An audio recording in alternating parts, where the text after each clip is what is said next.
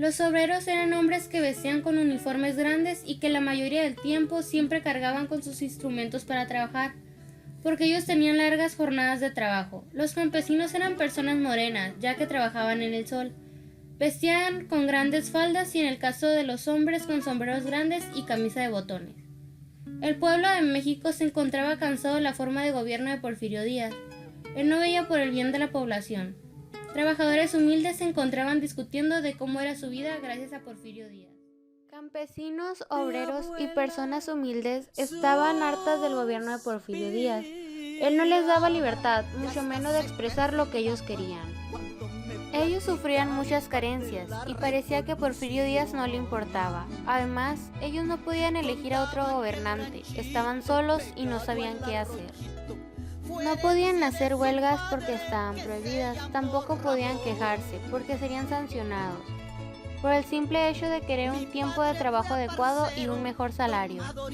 Era inhumano que los pusieran a trabajar por 12 horas a cambio de un salario de 25 centavos. El precio de la comida aumentaba y ellos seguían ganando lo mismo. A ese paso no tendrían nada para comer. Madre, la tortilla. Ay, sí, comadre, como te seguía diciendo, el dinero no alcanza para más. Y luego una quiere hacer algo y luego que si hacemos huelga, nos van a meter ahí en la prisión, a la cárcel.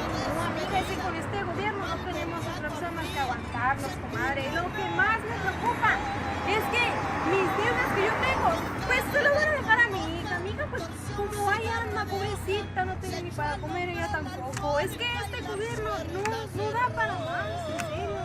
Ay, Y luego, pues no tenemos otra opción, comadre. ¿Y cómo le vamos a hacer para nuestros poquitos? Pues no sabe, Dios a ver qué nos para, comadre. Ya me tengo que ir porque voy por los niños. ay, que te vaya bien, comadre. Ay, tu tortillita, comadre, para que alimentes secretos. Por otro lado se encontraban los grandes funcionarios, hacendados e industriales, que solamente ellos eran beneficiarios del gobierno de Porfirio Díaz. El dueño de la revista Pearson se encontraba hablando con el reportero James Creedman sobre que él quería que fuera a entrevistar a Porfirio Díaz. Mr. James, I want you to go to Mexico to interview the President Porfirio Díaz. Excuse me, why me? Because you have the ability to realize the details around you and the person you interview. Alright, I will be going to Mexico to interview the President Diaz. America is very intrigued with everything that is happening in Mexico. Pasaron los días y finalmente Creedman se encontraba con la más esperada entrevista. Creedman finalmente se encontraba con el presidente de México. El presidente Porfirio Díaz, un hombre muy bien distinguido, viste muy bien. Sus ojos es como si buscaran su alma. No existe una figura más romántica en el mundo que él. Su rostro demuestra dignidad, poder y respeto. Convirtió a las masas ignorantes y supersticiosas, oprimidas por los españoles, en una fuerte y dura nación. Esa última frase fue la que más destacó de cómo Creedman describió a Porfirio Díaz. Mientras que Díaz parecía no tener ninguna emoción en su cara al oír eso, siempre se mantuvo serio. Entonces, ¿cuáles son tus intenciones en México con tu reelección, así como la inversión extranjera? Es un error suponer que la democracia en México se ha puesto en peligro por mi continuo gobierno. Entonces, ¿a qué se debe todo lo que sucede?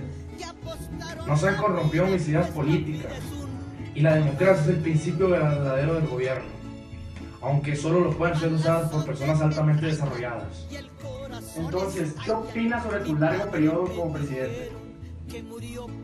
Yo puedo dejar la presidencia en cualquier momento, no me arrepiento de nada, pero pues no me gustaría dejar de servir a mi país. Además, México ya está preparado para una libertad política. Ya me preparé partidos políticos, ya que estoy listo para retirarme en 1910. Porfirio Díaz dijo eso con mucha seguridad, dejando a James Creedman sorprendido. Esta entrevista salió a luz en marzo de 1908. Francisco I. Madero se encontraba pensando que el gobierno de Porfirio Díaz no le gustaba para nada. Sumido en sus pensamientos, navegando por su mente, finalmente se decidió. Francisco I. Madero era un hombre que se creía capaz, siempre estaba muy bien vestido y era un hombre con palabra. Yo soy capaz de proclamarme ante el gobierno de Porfirio Díaz y voy a hacer justicia entre el pueblo humilde. Él sabía que tenía que prepararse más para darle la contra a Porfirio Díaz. Francisco y Madero hablaba en voz alta de su libro frente a varias personas, que aunque un poco nervioso, su voz no dejaba de ser firme como una roca. Hoy les traigo este libro. Trata sobre solucionarse de todos los problemas que ustedes se han quejado sobre el pésimo gobierno que tiene Porfirio Díaz. El pueblo se veía muy interesado. Cada vez le ponían más y más atención a Madero. Era como si alguien les hubiera mandado el sueño que tanto ellos habían querido. El sueño de que hubiera justicia e igualdad para México. Quiero demandar elecciones justas y transparentes. Convertir a México en un estado democrático, modernos con elecciones libres, libertad de expresión y de asociación. Francisco y Madero hablaba y hablaba como si no tuviera fin, prometiendo cosa tras cosa, pero él estaba consciente de lo que acababa de prometer. Él estaba seguro de poder cumplir con lo que proponía. Francisco y Madero se encontraba muy entusiasmado por haberse postulado para candidato en su partido nacional. Mi lema será de suceso efectivo, no reelección. Estoy seguro que todo va a salir muy bien.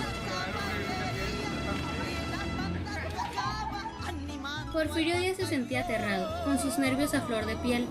Estaba decidido cuál sería su siguiente movimiento, para que él no fuera afectado en nada. No dejaría que nadie hiciera algo en contra de su gobierno. Él no dejaría la presidencia. Oficial, quiero que vaya usted y toda su gente a buscar a Francisco y Madero. Lo quiero encarcelado ya. Señor. El oficial no tuvo otra opción que obedecer las órdenes de Díaz.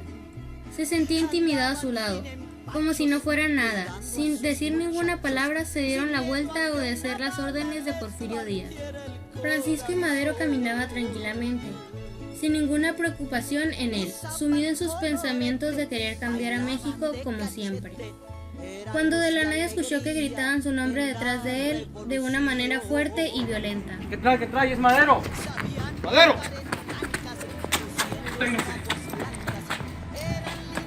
¿Qué es lo que está pasando? Pedirá a la cárcel de San Luis Potosí. Francisco y Madero sentía su piel fría de lo nervioso que se encontraba. Él sabía que iría a prisión por causa de Porfirio Díaz y por sentirse amenazado por él. Fue ahí cuando más que nunca se dio cuenta de qué clase de gobierno injusto se manejaba Porfirio Díaz. Madero estaba seguro de que eso no se quedaría así, vendría algo muy grande. Francisco y Madero se sentía harto, cansado de estar metido en el mismo basurero. Se sentía frustrado porque sus planes no se irían solo por estar encerrado en esa horrible cárcel. Él sabía bien cuál sería su siguiente movimiento. Él haría un plan revolucionario para finalmente después escapar de esa cárcel. Se puso a elaborarlo. Su plan consistía en levantarse en armas el 20 de noviembre para derrotar a Porfirio y establecer elecciones libres y democráticas como Madero siempre había querido. Madero se levantó sin hacer ningún ruido, escaló una gran barda para finalmente brincarla. Dio un último vistazo para atrás y finalmente se lanzó para caer fuera de esa cárcel. Tengo que regresar a las tierras de los campesinos, tengo que hacerlo.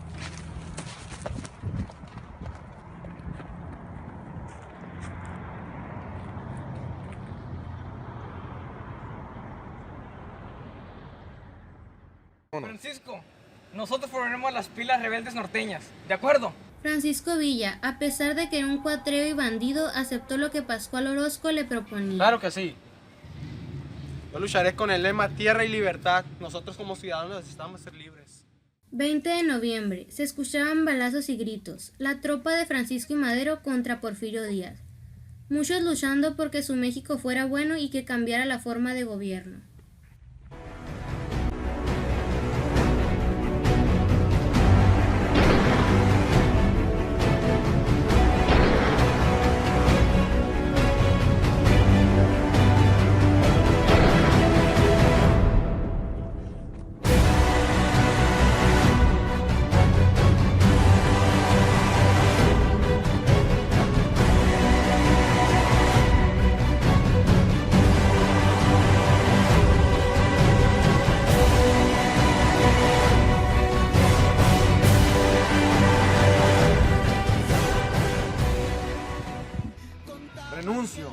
Renuncio a la presidencia de México. La revolución se está extendiendo por todo el territorio mexicano. Renuncio, ya no puedo más. Díaz decía con mucha desesperación. Porfirio Díaz renunció. Finalmente, cuando lo hizo, se fue lejos, directo a Francia, lejos de México y ese desastre que se había ocasionado, llamado la Revolución Mexicana. Madero estaba sentado, se mostraba tranquilo, pero por dentro estaba nervioso. Los resultados de quién sería el gobernador de México estaban por darse. El impaciente movía el pie una y otra vez. ¡El nuevo presidente de México es Madero! En ese año 1911, Madero salió victorioso. Se levantó de su silla y escuchaba los aplausos. El pueblo confiaba en él, en lo que Madero había prometido para México. Gente de pueblo, Madero no cumple lo que él nos había prometido. Para la mala suerte de Madero, todo el pueblo estuvo de acuerdo, que Madero no había cumplido lo que él había prometido.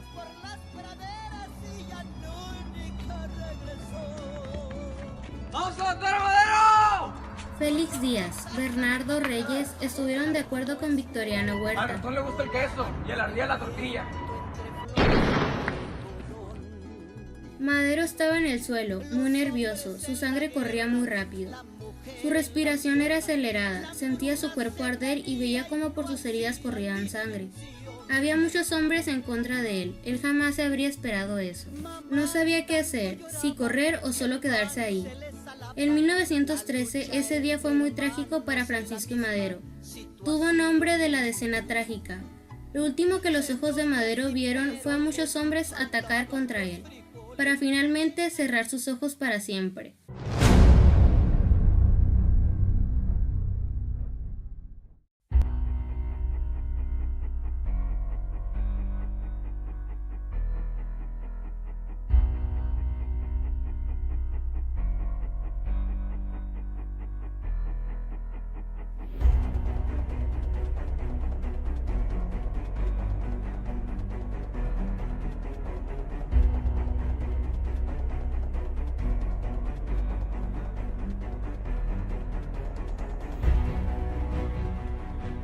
Entonces, ¿todo esto a qué se debe? ¡Vamos a matar a Madero! ¡Vamos! ¡Vamos! Tranquilo, tranquilo. Al ratón le gusta el queso y a la ardilla la tortilla.